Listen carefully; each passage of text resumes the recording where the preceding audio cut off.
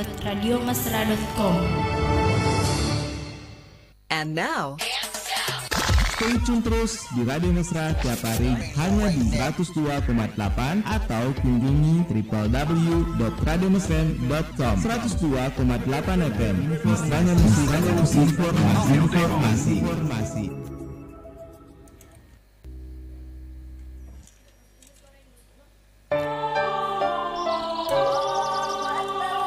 Assalamualaikum warahmatullahi wabarakatuh. Selamat sore Insan Mesra. Seperti biasa untuk hari yang ke-25 untuk hari ini kita akan kembali mencoba menghubungi Bang Ude untuk program Obras Sore atau obrolan sore bersama dengan Bang Ude. Sudah siap kayaknya, kita tinggal mencoba untuk terkoneksi dengan Bang Ude.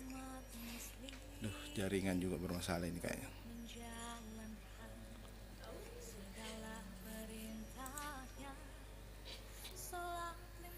Mudah-mudahan jaringannya mendukung.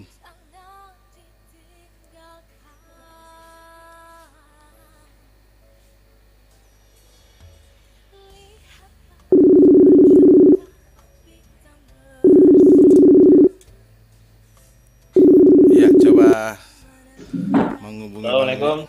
Ya, alhamdulillah sudah terkoneksi. Ya. Terlambat. Aduh, Kenapa sih, Kri? sudah terlihat wajahnya yang ganteng.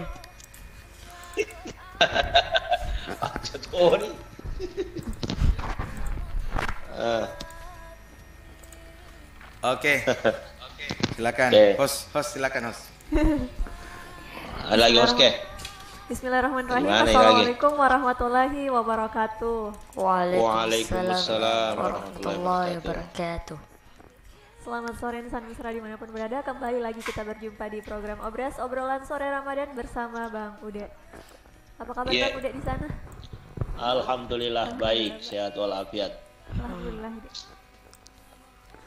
Seperti biasa setiap harinya selama Ramadan kita akan mengulas tema-tema menarik dan tema yang akan dibahas pada Iya. dan minuman yang halal. Bang Ude. Halal. Iya, makanan halal dan haram ya. Iya. Untuk Insan Mesra dimanapun berada, Anda dapat bergabung bersama kami melalui akun Facebook Mesra Radio Parepare, mengajukan pertanyaan melalui kolom komentar, atau Anda dapat langsung menghubungi kami melalui telepon atau WhatsApp di 085395350907. Sebelum kita memulai dialog kita pada sore hari ini bersama Bang Ude, terlebih dahulu kita dengarkan lantunan tadarus Al-Quran yang akan dibacakan oleh Ananda Zikri. Kepada Anda silahkan. A'udzu billahi minasyaitonir rajim. Bismillahirrahmanirrahim. Alif lam mim. Tanzilul kitab la raiba fihi min rabbil alamin. Am yaquluna iftarahu bal huwal haqqu min rabbika litunzira qauman ma atahum min nadhirin min qablika la'allahum yahtadun. Allahu alladhi khalaqas samawati wal ard wa ma bainahuma fi sittati ayyamin thumma istawa 'alal arsh ma lakum min dunihi min waliyyin wa la shafi'in afala tatadhakkarun. ينبر الأمر من السماء إلى الأرض ثم يعرج إليه في يوم كان مقدار ألف سنة ما تعدون ذلك عالم الغيب والشهادة العزيز الرحيم الذي أحسن كل شيء خلقه وبدأ خلق الإنسان من طين ثم جعل نسله من سلالة من ماء مهين ثم سواه ونفخ فيه من روحه وجعل لكم السمع والأبصار والأفئدة قليلا ما تشكرون وقالوا أإذا ضللنا في الأرض أإنا لفي خلق جديد بل هم بلقاء ربهم كافرون قل يتوفاكم ملك الموت الذي يؤكل بكم ثم إلى ربكم ترجعون صدق الله العظيم. Sadaqallahul azim. Sadaqallahul aliyil azim. Iya, wah sengiter dibangun dia mangkali nangis si kiri mengaji. Ya, itu tadi pembacaan ayat suci Al-Quran yang dibacakan oleh Nanda Zikri. Sebelum kita berbincang lebih jauh, Bang Ude, terkait makanan halal ini terlebih dahulu, kita mau dengar fadilah malam ke-26 yang akan disampaikan langsung oleh Bang Ude. Silahkan Bang Ude. Baik. Take your time. Sama-sama, bismillahirrahmanirrahim. Assalamualaikum warahmatullahi wabarakatuh. Waalaikumsalam. Waalaikumsalam. Alhamdulillah wa syukurillah wa la haula wa la quwata illa billahil aliyil azim. Insya Allah kita berada pada malam yang ke-26 di bulan suci Ramadan dengan tema sebentar malam seluruh wilayah kota Parepare itu membahas satu tema, yakni makanan halal dan haram atau sertifikat halal. Ya. Kemudian adapun fadilahnya sebentar malam, siapa yang beribadah karena Allah dan Rasulnya, ada iman dan takwa kepada Allah Subhanahu wa taala, maka Allah akan mengangkat pahalanya selama 40 tahun. Jadi ini yang didapat bagi mereka yang beribadah sebentar malam, maka pahala selama 40 tahun itu diangkat oleh Allah Subhanahu wa taala. Apapun yang kita lakukan itu langsung diterima oleh Allah selama 40 tahun ketika kita beribadah sebentar malam. Tapi dasarnya karena iman dan takwa kepada Allah. Tidak usahlah kita misalnya 40 tahun, satu hari saja amal ibadah kita terangkat, itu luar biasa itu pengaruhnya, dan kita sangat berbahagia dan bersyukur karena tidak semua apa yang kita lakukan itu bernilai ibadah di sisi Allah Subhanahu wa taala. Tapi kalau sebentar malam kita beribadah, maka seluruh aktivitas itu akan bernilai ibadah dan itu terangkat selama kurang lebih 40 tahun di sisi Allah Subhanahu wa taala. Ya, demikian. Masyaallah. Baik Bang Ude.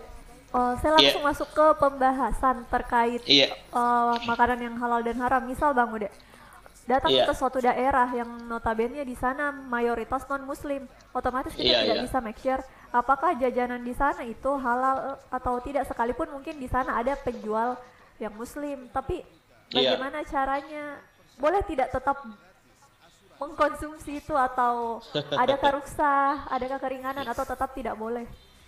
Iya.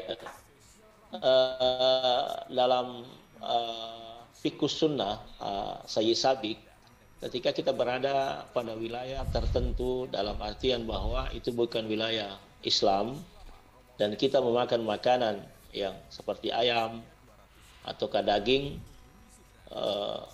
selama itu bukan sesuatu yang diharamkan oleh Allah karena zat, maka kaidahnya makanlah itu dengan memulai dengan mengucapkan Bismillahirrahmanirrahim. Itu kaidah pertama. Tapi kaidah kedua dalam fikih, maka ketika Anda ragu untuk memakan makanan itu, apakah ini disembelih dengan menyebut nama Allah atau tidak, maka itu kaidah fikihnya itu sebaiknya ditinggalkan. Da'a ma yaribuka ila ma yaribuka, tinggalkan yang meragukan bagimu dan kerjakan yang tidak meragukan bagimu. Jadi di sini ada dua pendapat ya. Pendapat pertama mengatakan boleh hanya dengan melafazkan kalimat Bismillahirrahmanirrahim, maka makanlah, mudah-mudahan di situ ada berkahnya. Tapi kalau Anda ragu dengan makanan itu, maka lebih baik ditinggalkan. Karena meninggalkan itu jauh lebih baik daripada mengkonsumsinya sementara kita pun dalam keadaan ragu. Sebab kalau kita ragu mengkonsumsinya, itu apa istilahnya? Kalau kita mau menelannya itu, pada sedikit saka-saka kalau keselak ini bagi kita dan tidak ada perasaan nikmat memakan makanan itu. Gitu modelnya. Jadi itu kaidah ya. Ketika kita insya Allah ketika kita memasuki satu wilayah atau satu daerah yang notabene adalah bukan Islam dan kita ragu apakah dia disembelih dengan nama Allah atau tidak. Itu. maka ucapkanlah saja Bismillahirrahmanirrahim lalu konsumsinya. Oke, demikian.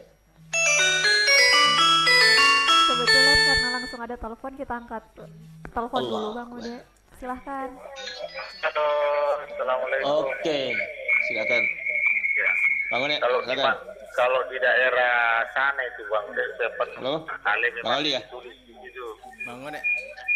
Ya, ditulis di situ rumah makan non Muslim. Itu di daerah Makale ya. Iya. Jadi kalau halalnya sebenarnya saya pernah mengurus begini Bang. Itu ada juga bedak untuk mempercantik diri itu. Itu kan juga harus bikin halalnya itu. Iya, iya. Orang bikin racikan, Mantap. Iya. bukan makanan. Tapi itu diharuskan bikin halal haramnya ini barang karena tidak tahu campurannya campuran apa. Hanya Iya, iya, iya. agama kita itu menginginkan halal, tapi mendapatkan ini namanya sertifikat halal, maksudnya terlalu berbelit. Iya, betul. Baru pengurusannya juga itu dari ini ke ini. Di Parepare itu kita harus ke Makassar, menunggu lagi seperti warung. Kita ambil airnya, kita ambil sampel makanannya. Kita aja peselujung pandang Bang Ude. Apa Iya. yang wajah toba? Iya. Jadi kita mau bagaimana di Parepare kita cerita Bang Ude ya. Karena Bang Iya. Ude ini Ustaz di Parepare. Maunya itu setiap warung itu ada memang sertifikat halalnya. Atau toko-toko yang menjual kue, menjual makanan, apa. ya. Tapi jangan itu sertifikat dipersulit. Kalau bisa apa jangan Ya. dipersulit lah. Ya, yassiru wala tu'assiru. Karena agama kita ini, apalagi kita di Parepare ini rata-rata penjual kita ya Muslim sebagian, ada juga toko-toko kue ya. Iya, Nah iya, itu iya. toko-toko kue itu kadang kita berpikir apakah halal apa tidak. Iya. Nah ini jadi pertanyaan masyarakat. Tapi setelah ada sertifikat berarti kita merasa bahwa halal. Nah, mari kita lewat Bang Ude memberikan arahan ke pemerintah lewat ulama, aja persulit maksudnya percepat kalau bisa.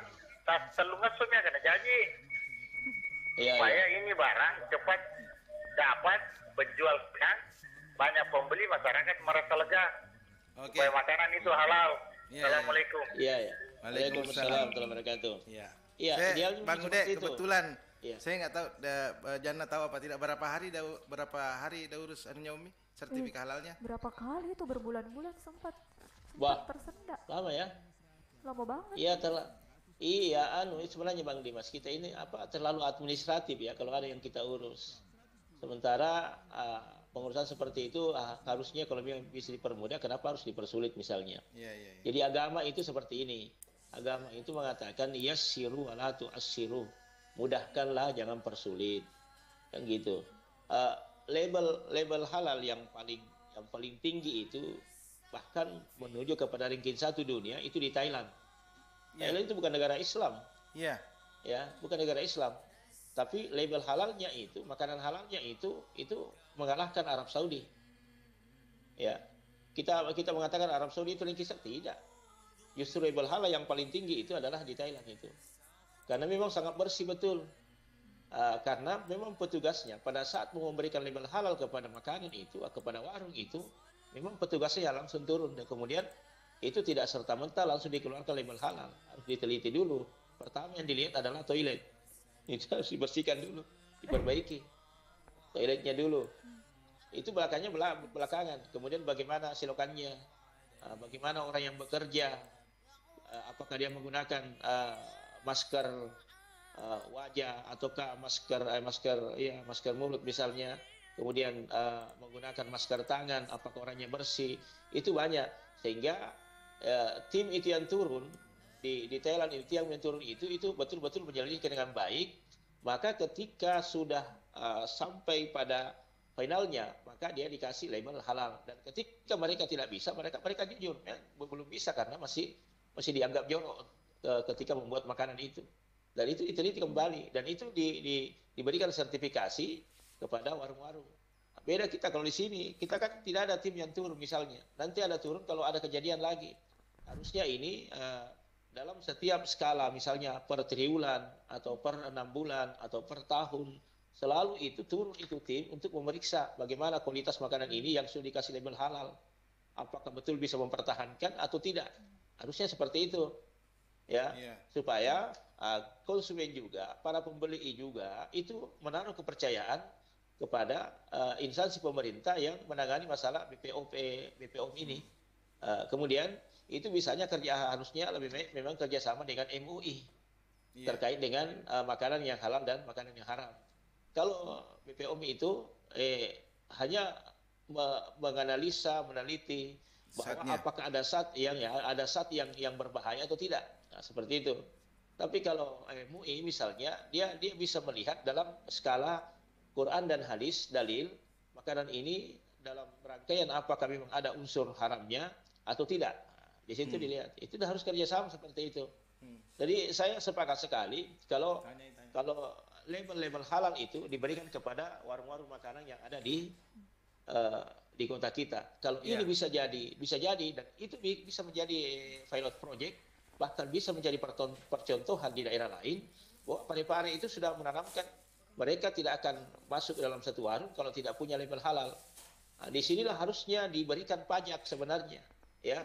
Jangan kita ini hati-hati juga ini Isa Mesra ini hal yang baru bagi kita, tapi memang sudah lama berlangsung, tapi baru pengetahuan kita. Apa itu Bang Dimas Isa Mesra? Adanya penarikan pajak kepada pelanggan. Padahal yang dimaksud di sini adalah pajak restoran 10%. Tapi kenapa kita yang makan itu kita yang dipajak, kita bayar pajak, bukan kita gitu. Itu kan, harusnya ini harus adil sebenarnya. Ini yang harus diperbaiki pemahaman kita. Dan itu hati-hati loh. Ini masuk dalam kategori bisa menjadi suatu hal penipuan, bahkan bisa menjadi sesuatu yang diharapkan oleh agama. Sebenarnya kita yang makan bukan kita yang disuruh bayar pajak. Yang dibayar pajaknya itu adalah restoran itu. Tapi kok pada saat kita membayar ada 10%. Itu harus ditinjau ulang kembali itu. Iya. Ya, itu bisa menjadi tapi kan Bang Ude biar bagaimanapun itu kan pasti lari ke kita rumah makan, pemilik rumah makan. Betul. Tapi rumah makan itu kan yang dipajaknya perusahaan ya. Bukan pelanggan. Oke, silakan. Wah, ngereng Bang Ude. Kalau kita makan 100.000 Bang Ude, kena pajak 10.000. Itulah. Masa kita ini kena pajak? Kenapa? Saya kira di situ bunyinya pajak di situ. Katanya pemerintah kita mengeluarkan, pernah saya tanya. Jadi itu pajak nanti larinya juga ke APBD kita. Iya, betul Bang Ude, betul. Tidak salah itu. Cuma masalahnya dalam tinjauan agama itu bisa dianggap sesuatu yang diharamkan oleh agama. Tapi kan itu nggak bisa. Bang Ude makan Bang Ude makan umpama di restoran aja 200.000, keluar di pajaknya 20.000. Yang penting restoran tidak main eskalasi. Kalau mau lebih bagus, lebih fair lagi Bang One, ada baiknya misalnya makanan itu harganya 15.000 per porsi. Tapi kalau mau naikkan pajaknya, tidak ada salahnya naikkan saja dengan harga misalnya 13.500. Tidak usah lagi kita dibayar pajak 10% lagi. Cukup naikkan harga makanannya, biarlah perusahaan yang bayar pajak. Jangan kita yang bayar pajak.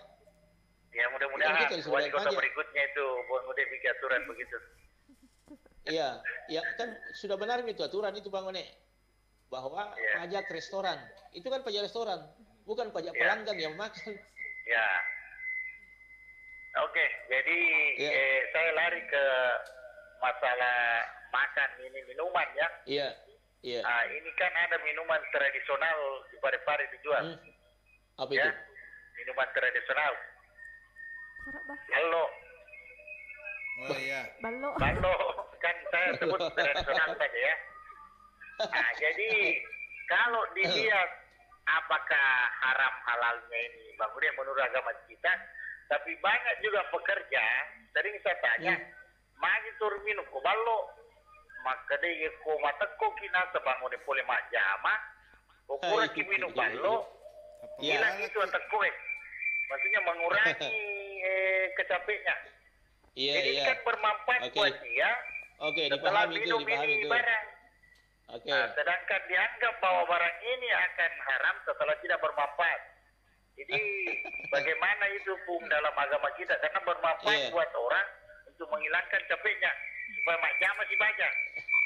Nah, melanjutkan pekerjaannya, anggaplah itu tukang batu. Ya kalau dia nak minum, kalau dia Iya. kenal maknya banyak, tidak ada lagi penghasilan. Oke, dimengerti. Oke, assalamualaikum. Oke. Waalaikumsalam. Ya, saya agak sepakat di sini yang namanya pendapatnya orang Bugis. Agar Falsafahnya orang Bugis, lele bulu telele abiasang. Lele mo tu abiasange, lele mo tu abiasange, yaku abiasa tu apa lele. iya. Jadi yang seperti ini minum balok kemudian hilang rasa capeknya, itu kan sugesti saja Bang Dimas, insya Allah. Ya, capek itu akan hilang kalau dia capek fisik dalam bekerja tukang batu atau apa kuli bangunan. Capek fisik akan hilang setelah kita tidur. Tapi Iya. capek berpikir, meskipun Anda tidur, itu tidak akan pernah hilang. Kecuali harus relax. Ya, mau rekreasi atau apa saja, itu bisa. Tapi kalau capek fisik, cukup dengan tidur selesai. Bukan solusi yang namanya minum balok. Karena sesungguhnya minuman seperti ini memang bukan kenapa diharamkan yang seperti itu. Innamal khamru wal maisir wal ansabu rijsun min amali syaitan. Itu dianggap dalam agama adalah rijes. Rijes itu perbuatan yang sangat kotor. Kalau itu kotor, kemudian Anda tersugesti bahwa saya kuat dan hilang rasa capek saya kalau minum begini, itu kan kebiasaan aja. Dan kebiasaan itu harus dirubah. Dan ini sudah kebiasaan orang-orang Arab dan memang sulit untuk dirubah. Kecuali ini minuman keras dulu. Ketika turun ayat, ketika mau dilarang minuman keras, itu tidak langsung dilarang. Tidak langsung diharamkan, tetapi hanya disuruh untuk mengurangi, kemudian disuruh menghindar. Lalu nanti setelah ada kejadian, sahabat Nabi waktu itu, namanya Abdurrahman bin Auf, dalam keadaan mabuk, kemudian dia sholat, bertukar-tukarlah itu ayat, ya, tertukar-tukari. Wal asri diambil, larinya ke watini. Kemudian rakaat kedua watini diambil, lari ke wal asri. Lalu sahabat menyampaikan kepada Rasulullah, ya Rasul, itu Abdurrahman itu kenapa kok sholatnya kasih balik-balik ayat? Kenapa bisa? Ketika ditanya, kenapa begitu? Enggak lagi, ya Rasul, saya habis minum arak tadi, baru saya pergi sholat. Maka turun ayat menjelaskan, la taqrabus sholata wa antum sukara. Janganlah engkau mendekati sholatku dalam keadaan kamu mabuk. Nah, gitu. Nah, setelah terjadi lagi kejadian yang luar biasa, sampai hilang kesadaran, maka turunlah ayat langsung secara totalitas melarang yang namanya minuman keras. Iya. Ya, innamal khamru wal maisir wal ansabu wal azlamu rijsun min amali syaitan. Maka dianggaplah itu oleh Allah sebagai minuman haram dan itu adalah merupakan amalan syaitan dan itu tidak boleh dipelihara. Iya. Dengan alasan apapun juga mengatakan bahwa obat capek seperti ini masih banyak yang lain yang bisa kita lakukan tanpa merusak tubuh. Ya, Kalau ini kita lakukan dengan alasan supaya hilang rasa capek, boleh jadi rasa capekmu hilang, tetapi kondisi dalam tubuhmu yang rusak, ya, boleh jadi akibatnya Anda tidak mengalami lagi, tetap akan mengalami rasa sakit yang berkepanjangan. Jadi Nah, sebenarnya ada lebih pengaruhnya. pada sugesti saja Bang Ude ya. Iya, sugesti Jangan saja. sampai memperbaiki Begitu. yang lain serta merusak yang lain. Ada pertanyaan dari Iya. WhatsApp? Ada pertanyaan Bang Ude. Izin Iya. tanya, bagaimana Apa itu? hukum menyumbangkan uang yang sumbernya tidak halal, misalnya seperti waktu pemilu serangannya karena penanya ini tidak mau membelanjakan uangnya, jadi uangnya dia salurkan misalkan untuk pembangunan masjid, bagaimana itu? Iya, Bang Ude? itu jauh lebih baik yang begitu ya. Kita cari amannya sebenarnya. Artinya misalnya saya dapat serangan 400.000. Lalu uang itu saya ragu-ragu untuk belanjakan, kasih lagi keluarga ragu-ragu juga. Jangan sampai ya, itu kan subhat, malah bisa menjadi sesuatu yang diharamkan. Nah, inisiatif saya masukkan ke masjid dengan niat yang memberikan saya uang ini, aku pahalanya kepada orang yang memberikan uang itu, kemudian itu juga dapat pahala bagi orang yang memasukkan di masjid. Itu jauh lebih aman sebenarnya daripada harus dibelanjakan. Sebab kalau mau dikembalikan itu tidak mungkin juga, karena apakah orang mau menerima kembali atau tidak, wallahu a'lam bishawab.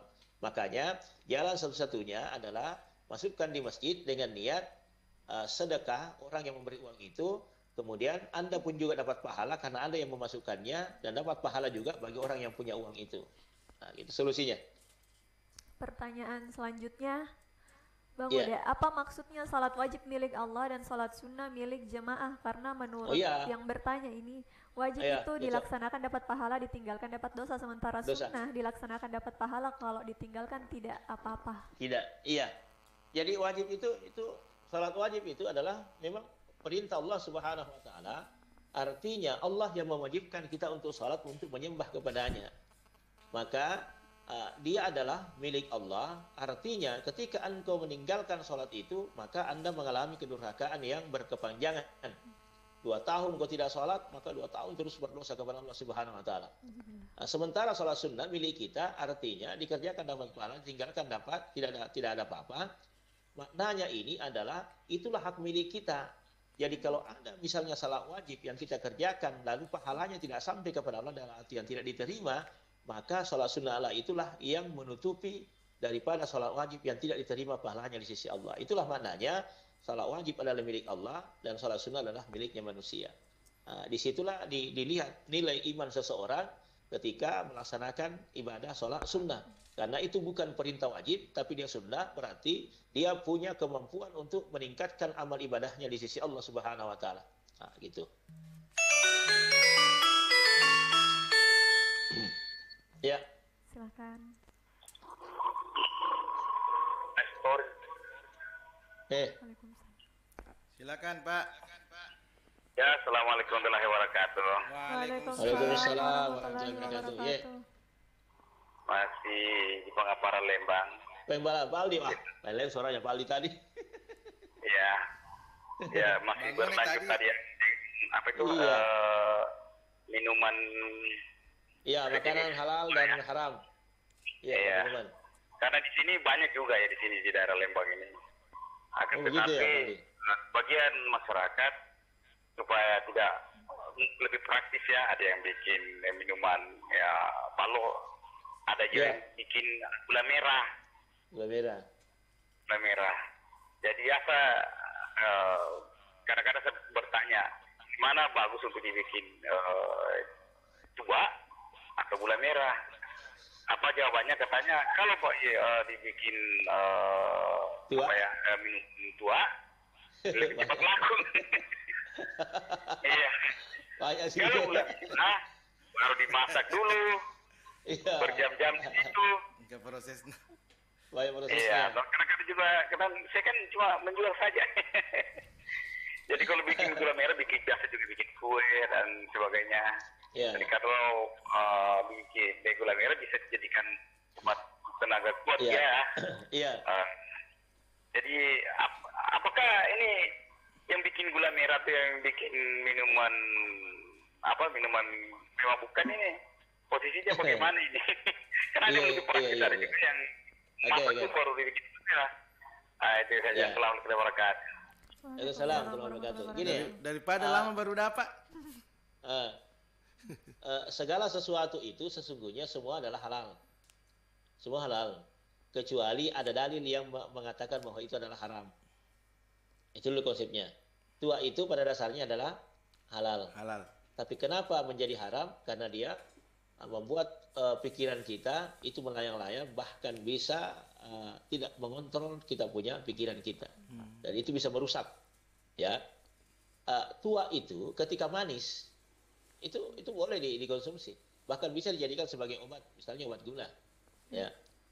Kemudian tua manis itu kan itu tua manis ketika dijadikan gula kan unsur alkoholnya kan nihil, tidak ada. Iya. Tidak ada unsur memabukkan di situ, ya. Tidak ada unsur memabukkan karena dia masih manis. Baru dibuat yang namanya gula merah. Tapi kalau tua memang sudah hilang unsur manisnya, memang sudah dilakukan fermentasi sehingga bisa dijadikan minuman yang apa itu, kemudian ada campurannya, kemudian bisa membuat orang aflai, bisa melayang-layang, bisa pokoknya apapun yang dilakukan itu menganggap hebat ketika dia minum seperti itu. Pada dasarnya pada awalnya kita mengatakan itu boleh, ya. Tetapi setelah melihat kejadian bahwa ternyata dia bisa mempengaruhi pikiran manusia dan itu bisa menjadikan halusinasi yang lebih tinggi, maka dipandang itulah sehingga tua itu dipandang bahwa sesuatu yang diharamkan oleh agama. Tapi gula merah tidak. Gula merah itu asalnya memang dari tua, tapi tua manis yang dipakai, bukan tua yang pahit. Cobalah bikin tua yang pahit, tua yang pahit bikin gula merah, nggak jadi itu, ya. Dan di situ ada unsur manisnya dipakai. Makanya ketika dia jadi gula merah, kemudian kita buat, meskipun prosesnya agak lama, dan kita konsumsi, di situ ada nilai kesehatan. Tapi tua, ketika difermentasi, itu hilang rasa manisnya, maka memang prosesnya agak cepat dan hasilnya banyak. Tetapi di sini tidak ada nilai keberkahan yang didapat bagi orang-orang yang melakukan perdagangan seperti itu. Artinya Allah benci hal-hal yang seperti itu, maka tidak ada rahmat yang ada pada perdagangan seperti menjual tua. Maka lebih baik hindarilah, karena itu sudah nyata dalilnya bahwa itu sudah diharamkan, dan itu masuk dalam kategori rijeson, ya, perbuatan yang sangat jorok dan dianggap perbuatan yang sangat tidak baik, dan itu masuk dalam kategori amalan setan. Tapi kalau gula merah dibikin kolak, ya alhamdulillah. Nambah saya kalau ada yang begitu. Ada pertanyaan Bang Uda. Bagaimana bila orang miskin tapi gemar bersedekah? Miskin tapi gemar bersedekah. Bagus. Saya kira ahabbul ghaniyul sakiran, ya. Jadi Allah itu cinta orang kaya yang bersedekah, tetapi ahabbul fakiran karim. Tapi Allah jauh lebih mencintai lagi orang yang miskin yang bersedekah. Jadi orang yang rajin bersedekah itu sesungguhnya wal ba'idu wal waqaribu minal jannah wal ba'idu minan nar. Orang yang rajin bersedekah itu dekat sekali dengan surga, wal ba'idu minan nar, dan jauh dari nerakanya Allah Subhanahu wa taala. Sebaliknya, orang yang bakhil, al-bakhilu wa qaribu minal jannah wa qaribu minan nar wal ba'idu minal jannah. Orang yang bakhil itu dekat dengan neraka dan jauh sekali dari surganya Allah Subhanahu wa taala. Jadi Allah cinta orang kaya yang dermawan, tapi jauh lebih dicintai lagi orang yang miskin dermawan juga kepada Allah. Tapi Allah benci orang kaya yang sombong, tapi sangat dibenci lagi sudah miskin sombong lagi. Nah, gitu. Ya. Paket komplit. Kalau saya Bang Uda, saya ada pertanyaan pribadi. Apa itu? Saya pernah dengar, tapi Allah alam benar atau tidak, kalau salah silahkan dikoreksi Bang Uda. Kalau minuman itu kadar alkoholnya di bawah 0,5%, itu boleh dikonsumsi. Bagaimana itu Bang Uda? Apakah memang total itu kalau tidak menurut boleh kedokteran, Dinda. Itu kalau menurut kedokteran bisa saya dipakai. Misalnya dalam alkohol itu, misalnya pada saat orang operasi. Itu bisa saja kalau dalam dunia kesehatan. Tapi kalau untuk tubuh itu jangan dulu, apalagi masuk dalam tubuh kita untuk dikonsumsi. Artinya jangan cari pembenaran hanya sekian persen alkoholnya.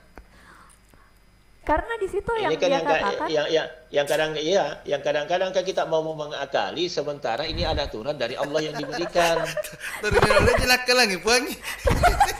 Itulah artinya, di sinilah kenapa Allah itu terkadang kita manusia tidak sadar. Allah sudah katakan zaharal fasadu fil bahri wal bahri bima kasabat aydin nas. Kerusakan yang terjadi di laut, di darat itu ulah manusia. Yang dimaksud kerusakan di sini adalah, termasuk di dalamnya adalah engkau sudah menzalimi dirimu, merusak dirimu. Karena sesungguhnya sudah diharapkan, tapi kau konsumsi juga. Itu yang dimaksud. Karena ini Bang Uda, ini terkait perkara halal haram juga. Perkara haram katanya kalau saya pernah baca di bawah 0,5%, jadi tidak usah banyaknya kalau yang begini Dinda Janna, begini.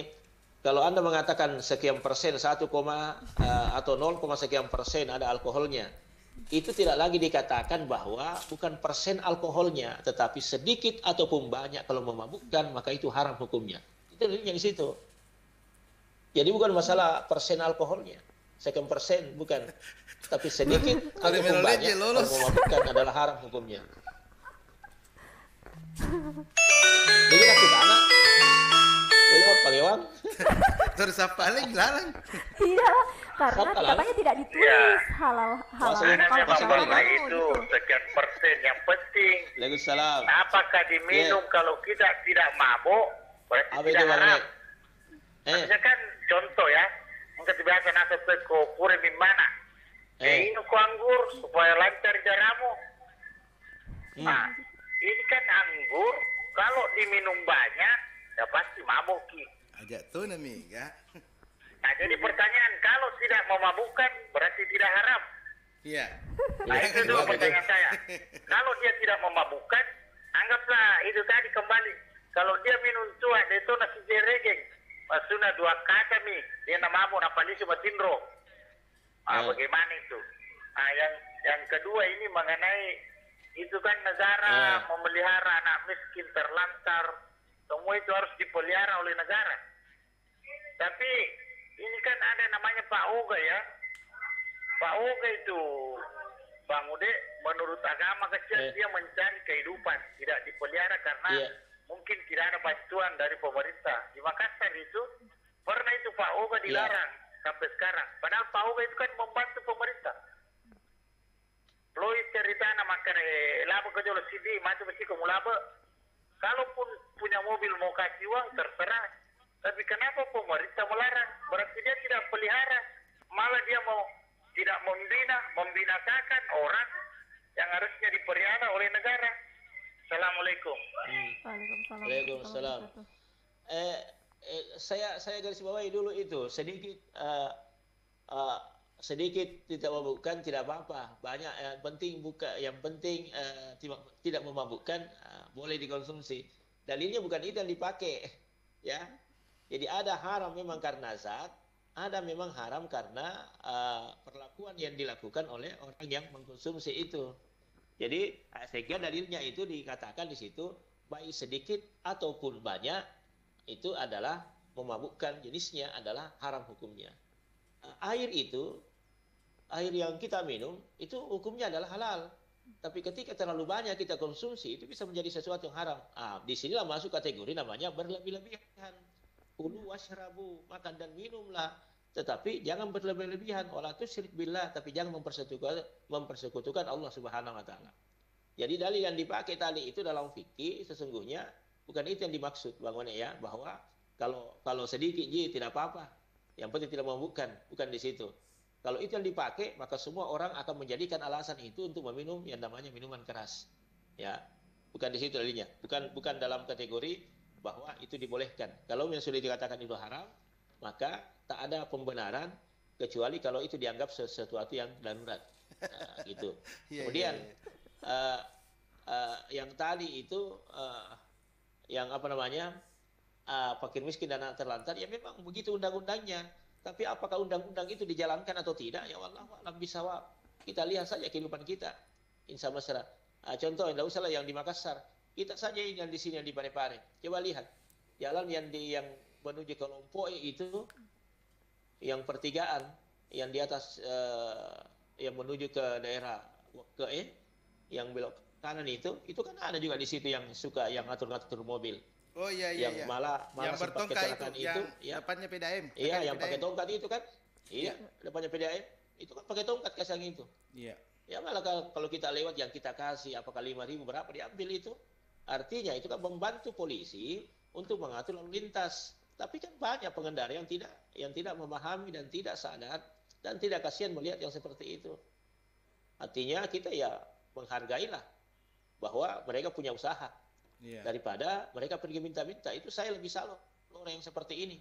Karena memang Nabi melarang kita minta-minta, tetapi Nabi menganjurkan kita untuk berusaha. Apapun usahanya, yang penting halal silahkan. Apakah itu tukang parkir atau apa, yang jelas itu adalah usaha mereka. Nah, disinilah pemerintah harusnya memang turun. Dan itu yang diperhatikan ketika terjadi pembagian zakat, terutama zakat mal. Yang begini harus dilihat. Ya, yang begini harus didata betul bahwa ini orang-orang seperti ini patut untuk diberikan modal. Jadi zakat mal, zakat harta, zakat fitrah dan zakat mal itulah Rasulullah memberikan modal kepada mereka untuk berusaha dengan catatan bahwa tahun depan kamu lagi yang mengeluarkan zakat. Jadi sudah terentaskan satu kemiskinan. Jadi bukan hanya memberikan hanya makan, misalnya dikasih misalnya 500.000 atau 1 juta, berarti itu tidak membantu mereka untuk keluar dari kemiskinan, tapi mereka malah mengatakan, biar nih, ada zakat tahun depan lagi 1 juta, ada nanti bagi lagi. Padahal tidak seperti itu modelnya. Iya. Harusnya berproduktif, bukan produktif ya. Oke. Ya, produktif dan efektif dan efisien. Ya, ada Itu kuncinya. pertanyaan. Ada pertanyaan di kolom komentar Bang Ude. Dari Oke, Aci Laogi. Ustaz, bagaimana jika ada mustahik yang banyak zakat dia terima, contohnya beras, kemudian dia menjual beras tersebut atau dia zakatkan kembali, bagaimana itu? Iya.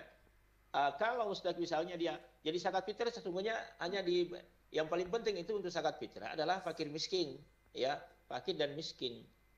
Ada waktu wajibnya mengeluarkan zakat itu di hari 1 Syawal sebelum khatib naik mimbar. Begitu maghrib orang takbiran itu wajibnya itu yang paling afdal sebenarnya. Dan disitulah dan ketika fakir miskin dikasih zakat fitrah beras dan banyak berasnya, maka di saat itu juga dia mengeluarkan zakat fitrahnya. Tapi kalau dia masih punya kelebihan dan dia ingin menjualnya, tidak ada masalah. Itu boleh jualnya sebagai bentuk bahwa dia mau barter untuk pertukaran bukan hanya beras, tapi dia juga butuh lauk pauk, misalnya seperti mau juga ayam, dia mau juga beli ikan, misalnya mau telur. Sebab tidak bisa juga kita makan, masa kita makan nasi dengan nasi? Gitu. Dia mau butuh lauk pauk juga, bervariasi makanan itu. Dan kalau memang banyak didapat mustahik itu, maka tidak ada masalah. Boleh dia jual sebagian untuk mendapatkan variasi makanan dan mereka ingin bergembira dengan makanan itu. Dan itu malah dibolehkan sebenarnya. Ya. Oke. Silakan, tidak ada masalah. Iya. Ya, baik Bang Ude, kembali ke tema ini. Sebenarnya ada juga yang jadi pertanyaan, apa sebenarnya kan ada makanan yang baik, ada yang makanan yang halal. Bagaimana sebenarnya itu? Iya. Apakah belum tentu baik itu halal atau halal itu baik? Iya. Bagaimana? Makanya itu Allah katakan dalam Al-Qur'an, makan dan minumlah. Ya di situ kan perintahnya, kulu, makanlah. Kulu washrabu, dan minumlah. Jadi ada kata kuncinya halalan thayyiba. Jadi ada dua di sini dua ya. Halalan thayyiba, yang halal lagi baik. Tapi tidak semua yang halal itu baik. Contoh nasi. Nasi itu baik. Ya, halal nasi kita di rumah. Tapi kalau basi kan tidak baik. Ya, maka disitulah dimasukkan ke kategori kalimat halalan thayyiba, yang halal lagi baik. Jadi carilah yang halal dan cari juga baiknya. Maksudnya baiknya di sini adalah yang sekedarnya kita makan. Sebab kapan berlebihan, maka itu bisa merusak pencernaan kita juga. Kita susah bernapas. Sementara Nabi mengajarkan kalau makan, Rasulullah itu berhenti makan sebelum dia kenyang. Nah, kita kan tidak seperti itu. Iya patopa aja ya kemalam baca pusi wetangnya. Tungan ngapu. Nah, sementara Nabi kan tidak begitu. Ya, iya harusnya diikuti polanya kan. Jadi pada dasarnya itu makan dan minum itu dasarnya dua, halalan thayyibah, yang halal lagi baik. Maka tidak semua yang halal itu bisa kita konsumsi. Nah, kalau makanan itu halal tapi basi, maka jangan dikonsumsi. Gitu maksudnya. Okay. Coba Dimas, silakan. Kalau jajanan, kan sekarang banyak bakso bakar. Tapi bagaimana kalau misalkan mereka tidak pakai kuas yang halal? Bagaimana itu? Ya kan beberapa bulan kemarin ada yang viral katanya kuas itu dari bulu babi. Bulu babi. Dari bulu babi. Iya.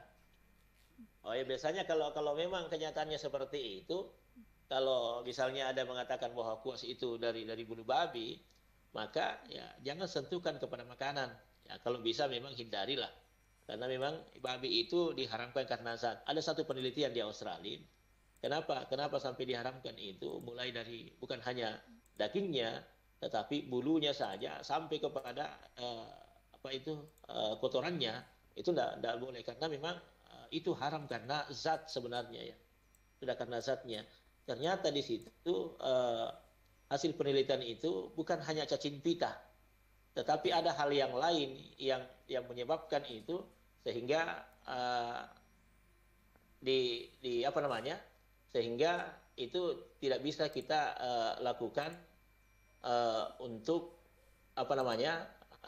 mengkonsumsi ataupun memakai yang sudah Allah tetapkan nilai keharamannya. Oke, demikian. Iya. Bang Dimas. Mungkin bisa diperbaiki dulu posisi HP-nya, ya. Itu ada nih panggilan ini ah. Oke, baik. Kita masih ada waktu 10 menit ini Bang Ude dan masih terkait dengan ada panggilan masuk ah. ganggu saja nih. Oke. Makanan yang halal dan yang baik. Iya. Oke, kalau sumber-sumber sendiri akhirnya makanan kan ada makanan yang awalnya baik selain tadi nasi itu kemudian jadi tidak halal. Bagaimana itu Bang Ude? Misalnya? Iya, kan ada makanan sebenarnya ada makanan baik itu tapi akhirnya tidak halal. Iya. Oh iya, ada makanan, begini. Ada yang memang diharamkan karena zat dan memang ada yang haram juga karena cara mendapatkannya. Itu tadi. Ini halal makanan, tapi kalau mendapatkannya itu tidak halal, maka itu bisa menjadi haram. Nasi bungkus halal, nasi goreng halal, tapi kalau dicuri itu menjadi haram. Oh gitu ya. Artinya bukan bagian tadi ambil. Itu bisa menjadi haram itu. Jadi ada hal-hal yang memang jadi ada haram karena zat, ada haram karena memang cara mendapatkannya. Nah, itu yang harus kita pahami bersama. Ya, jadi semua yang Allah berikan kepada kita pada dasarnya itu adalah halal. Tapi kenapa bisa menjadi haram? Karena ada dalil yang melarang, karena itu disesuaikan dengan kondisi dan tubuh manusia. Gitu. Iya. Ya. Oke, Bang Ude, saya ada pengalaman. Untuk sebenarnya tidak jadi. Apa itu? Hampir makan babi. Kan ada kegiatan di suatu rumah makan itu sekarang sudah tidak ada. Kita ada kegiatan di situ. Kebetulan saya minta izin dengan teman-teman untuk istirahat sambil makan di dapurnya. Nah kebetulan kita disuguhi makanan dari tuan rumah yang nonis, Chinese. Nah saya dapat kabar. Untuk saya belum makan, saya dapat kabar kalau itu babi. Jadi saya hampir makan. Nah, teman-teman saya sebagian sudah menikmati itu. Ada yang makan. Nah, bagaimana? Apakah ada bagaimana caranya bertobat atau seperti apa? Itu yang saya tanyakan. Saya juga sebenarnya ragu apa hampir makan atau tidak. Tapi memang secara tampilan itu lebih enak kelihatannya. Begitu memang yang haram-haram enak kelihatannya. Tidak ada. Jangan kita beranggapan bahwa itu lebih enak atau itu lebih nikmat, sehingga kita berada pada pola pikir kita bahwa kenapa Tuhan melarang itu padahal itu enak. Enggak, bukan begitu. Bahwa itu memang terjadi kontradiktif pada tubuh manusia ketika dimakan. Ya, minimal menimbulkan berbagai macam penyakit, termasuk penyakit kulit. Itu tidak bisa kita jadikan landasan hukum bahwa enak apa? Enggak boleh. Ya, kita harus merubah cara berpikir kita. Kenapa Tuhan mengharamkan ini? Karena itu harus ditinjau dulu dari hasil penelitian bahwa ada seperti ini yang memang tidak sesuai dengan tubuh manusia. Itu harus kita jelaskan secara medis ya. Tapi kalau ada orang yang sudah makan begitu dan dia tidak tahu begitu, itu dimaafkan. Ya, ingat itu Bang Dimas. Itu bukan sesuatu yang dosa yang dilakukan. Kenapa? Karena memang tidak tahu. Kecuali kalau tidak tahu enak camboi, itu jadi haram. Tidak boleh, ya. Bisa dimakan ada kue, nambah moi, tambah lalu, ini sudah boleh. Ya. Agak ragu juga Bang Ude karena biasa kan mendengarkan sumber pendapatan kita saja yang dibelikan makanan lalu kemudian dimakan dan itu bercampur dengan daging dan darah, itu jadi terus apalagi kalau sudah jelas ini. Betul. Ya. Tidak boleh. Jadi kalaupun kita mau bertobat ya minimal ya laksanakan salah sunat taubat 2 rakaat pada hari itu juga. Misalnya Anda siang hari Anda makan begitu, tiba-tiba ada yang tahu bahwa ternyata itu daging yang diharamkan oleh agama kita.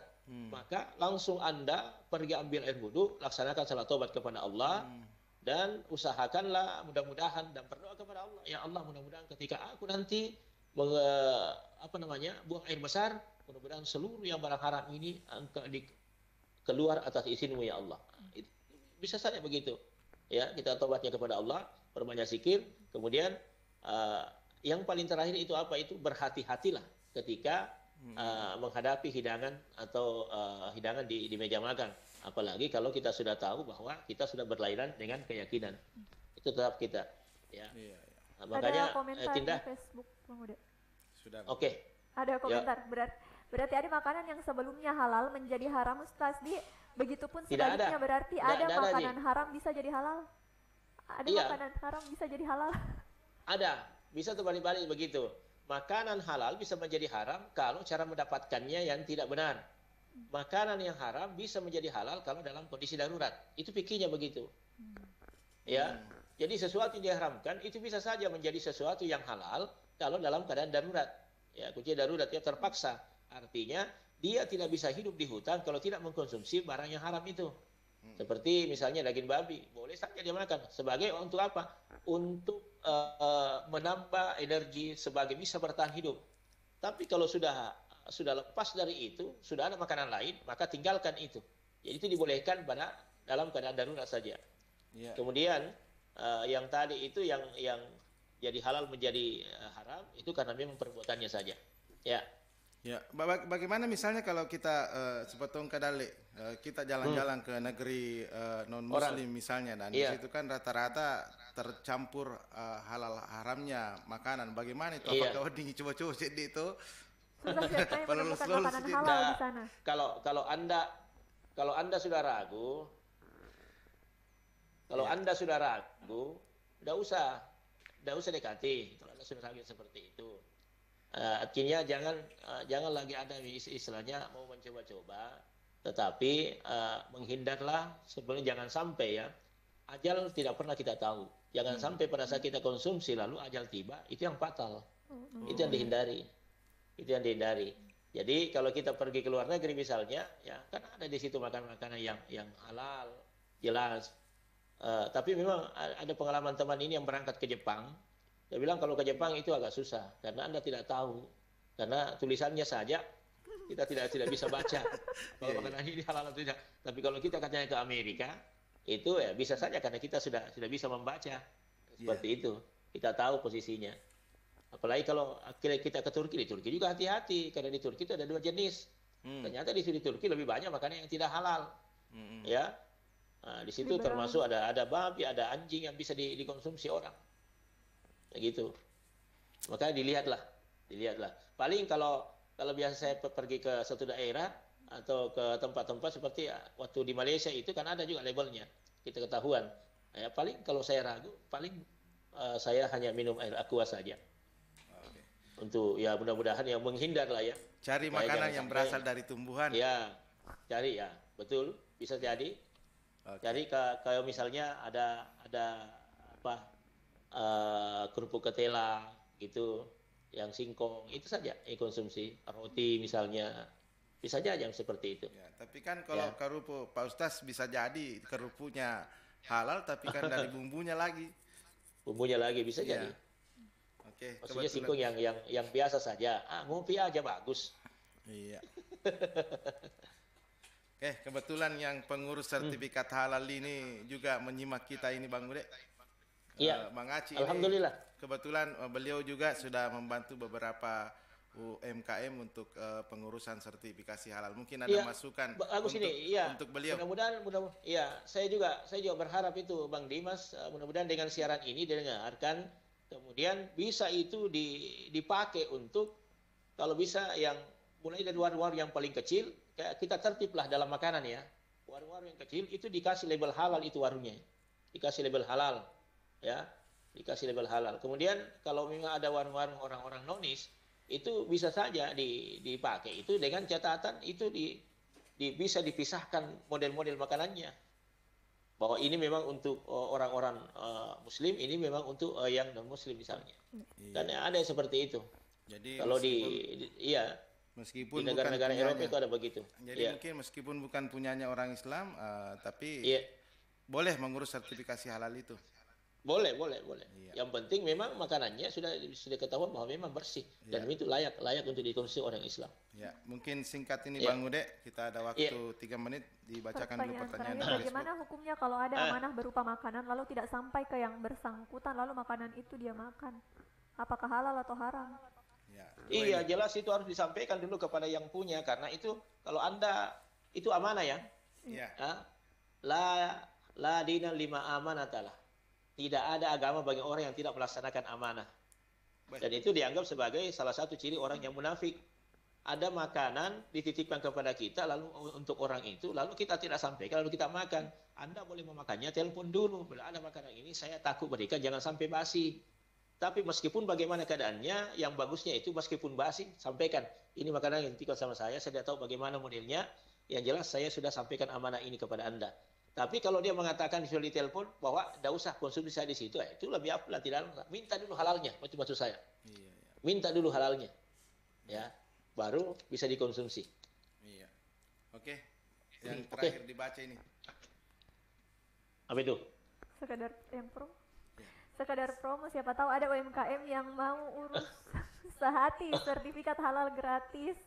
Bisa ke penyuluh agama terdekat di KUA masing-masing. Sekarang sisa 200.000 kuota sehati se-Indonesia. Jadi pengurusan sertifikat halalnya gratis, tau lah. Termasuk saya. Gratis lagi, tidak bayar dan insya Allah tidak berbelit-belit. Ya. Tapi lama aja itu urus Aci, anunya uminya jana Pak Ustaz. Sebelum sama Kak Aci, pernah dulu bulanan. Yang penting diurus. Iya. Yang penting Tapi diurus. alhamdulillah sudah penyerahan ya. Sudah masuk. Alhamdulillah. Bisa pergi ke sana toh? Iya. Mudah-mudahan buka barunya. Catherine Sajiwa juga menyusul. Iya. Oke, Bang Ude. Oke, siap. 2 menit mungkin. Iya, baik. Insya Allah Mesra, bahwa sebentar malam kita berada pada malam yang ke-26 dengan tema makanan halal dan haram. Dan Allah pada malam ke-26, fadilahnya Allah akan mengangkat pahalanya selama 40 tahun bagi orang yang beribadah pada sebentar malam karena iman dan takwa kepada Allah Subhanahu wa taala. Demikian bila itu hidayah. Assalamualaikum warahmatullahi wabarakatuh. Waalaikumsalam warahmatullahi wabarakatuh. Ya, demikian dialog kita pada sore hari ini Insan Mesra. Terima kasih untuk semua yang telah bergabung pada dialog kita di sore hari ini. Besok kita kembali lagi bertemu di jam yang sama dan program ini dapat didengarkan kembali di channel YouTube Radio Mesra Parepare atau pukul 6 pagi di 102,8 FM. Kami pamit undur diri. Assalamualaikum warahmatullahi wabarakatuh. Waalaikumsalam warahmatullahi wabarakatuh. Anda masih mengikuti www.radiomesra.com.